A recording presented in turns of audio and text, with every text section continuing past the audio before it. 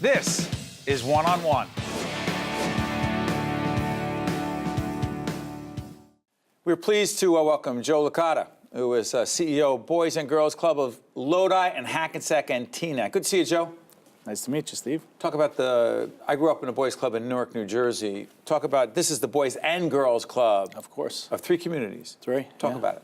Yeah, so we've been in Lodi since 1949, incorporated, and then chartered as a Boys and Girls Club, or a boys club at the time, in '51, serving the kids of Lodi, originally boys, right, whose families were working in the war effort in World War II. Dad was overseas, Mom was working in Cedar Right Village in the airplane factory in Woodridge over there. From there, fast forward. Part of the war effort. Yes. So one gentleman, Frank Plescia, was gathering the guys and saying, hey, don't get in trouble. Let's figure out something else to do. And he would play sports with them, baseball, basketball. And that was the birth of the Boys Club in Lodi. From there, fast forward to the 80s, became Boys and Girls Club of Lodi. Late 2000s, we started a club in Hackensack. And this year, we are opening a club actually next week in Teaneck, New Jersey. That's awesome. By the way, for those of us who have history with the boys or the Boys and Girls Clubs, first, Denzel Washington's done some great things. He grew up in the Yonkers area, right? But for some of us who were born and raised in Newark, my grandfather, who I never knew, died well before I was born, was the first executive director of the Boys Club in Newark, New Jersey. Really? And so we had a long history, and I appreciate the organization very much. It taught a lot of us how to swim and do some other things. For the kids that you serve, how many, by the way? We served last year over 2,000 children. What kind of things are they facing? Nationally, we do have a crisis in this country, and we're a small piece in fixing that crisis. But there's over 15 million school-age children that have nowhere to go after school. That's throughout the country. Where do they go if they don't have the Boys and Girls Club? I don't know, and that's scary, isn't it? It sure is. And I'm sure there's other organizations and school programs, but what we do as a club is, as you know, you were there, much different than what a school district can do. There's teaching, right? There's educational component that is very strong. You help kids with their homework, and a place to do their homework that's safe. Exactly. When a kid comes in our doors, we want to make sure they're safe. We want to make sure they have fun. And we have 3 things we do with them. We instill a sense of competency in them, usefulness, and belonging. About confidence. We do, yeah. That's part of that competency factor. So we praise their successes, because many of them don't get that praise, whether it's in school or at home, and we tell them to build on that. But you also set parameters for how they conduct themselves with others. Of course. Talk about that. It's a delicate line we travel with our kids, because we don't want to be school.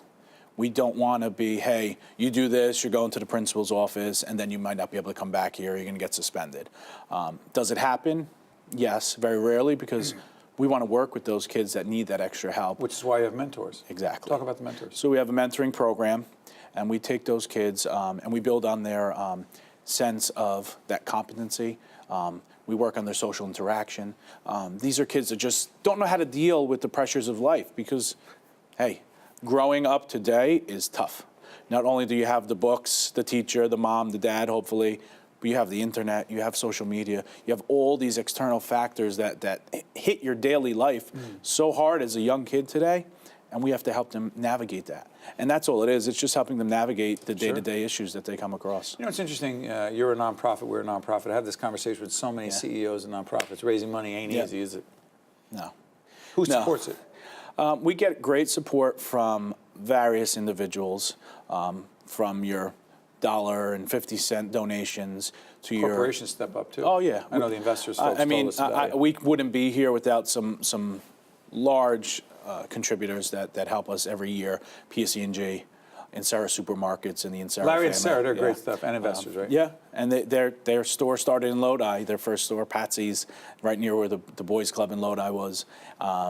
So we couldn't be around without them. We also have the Patty family, JP Patty Roofing, and then Paul and Virginia Patty. That family supports us still today. Yeah, it's interesting. People think being a head of a nonprofit, you administer, you run things, you do all those things, and you raise money 24/7.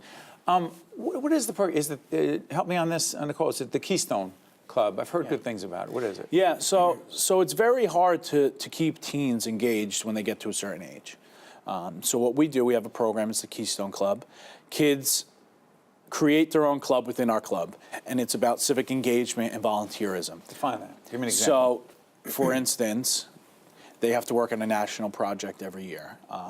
And to keep their charter as a T-Stone Club with our national office, they have to work on that project. One year the project was poverty, where our high school age students got cardboard boxes, slept outside for the whole weekend, and had to live on $1 a day.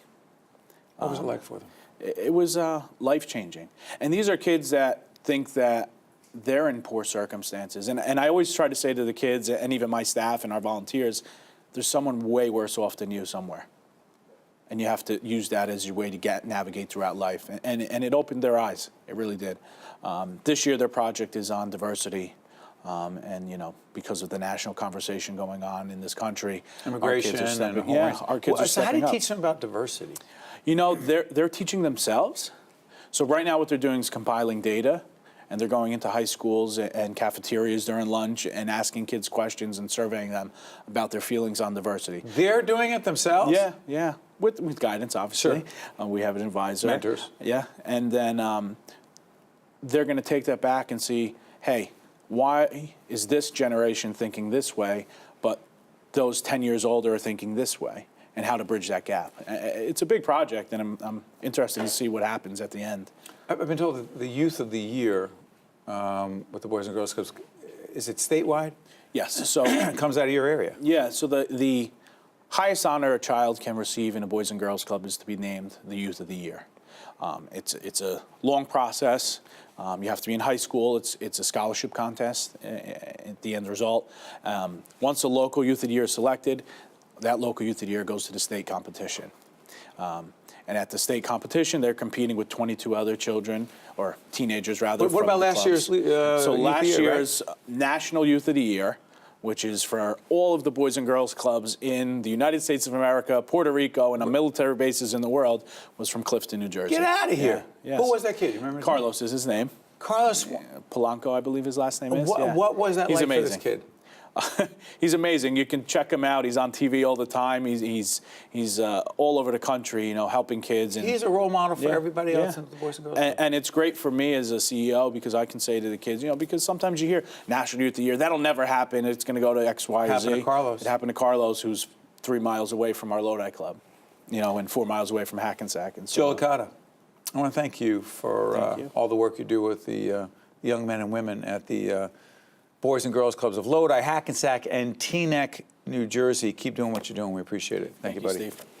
Good stuff. Stay with us. One-on-one. We'll be right back. One-on-One with Steve Adubato has been a production of the Caucus Educational Corporation, celebrating over 25 years of broadcast excellence.